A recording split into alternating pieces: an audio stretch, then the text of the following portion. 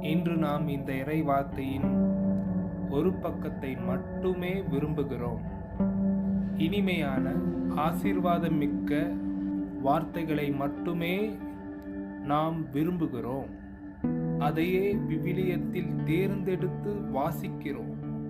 எச்சரிப்பின் வார்த்தைகளையோ கடிந்துரைக்கும் வார்த்தைகளையோ நாம் விரும்புவதில்லை.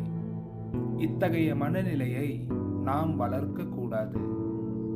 கடிந்துரை, எச்சரிப்பு நம் காதுகளுக்கு இனிமை தராது. எனினும் அது நமது உள்ளத்தையும் ஆன்மாவையும் தூய்மையாக்குகிறது. விண்ணக வாழ்வுக்கு நம்மை அழைத்து செல்கிறது. வாழ்வுக்கு செல்லும் பாதை குறுகலானது, வழியும் இடுக்கமானது என்று குறிப்பிடப்பட்டுள்ளது.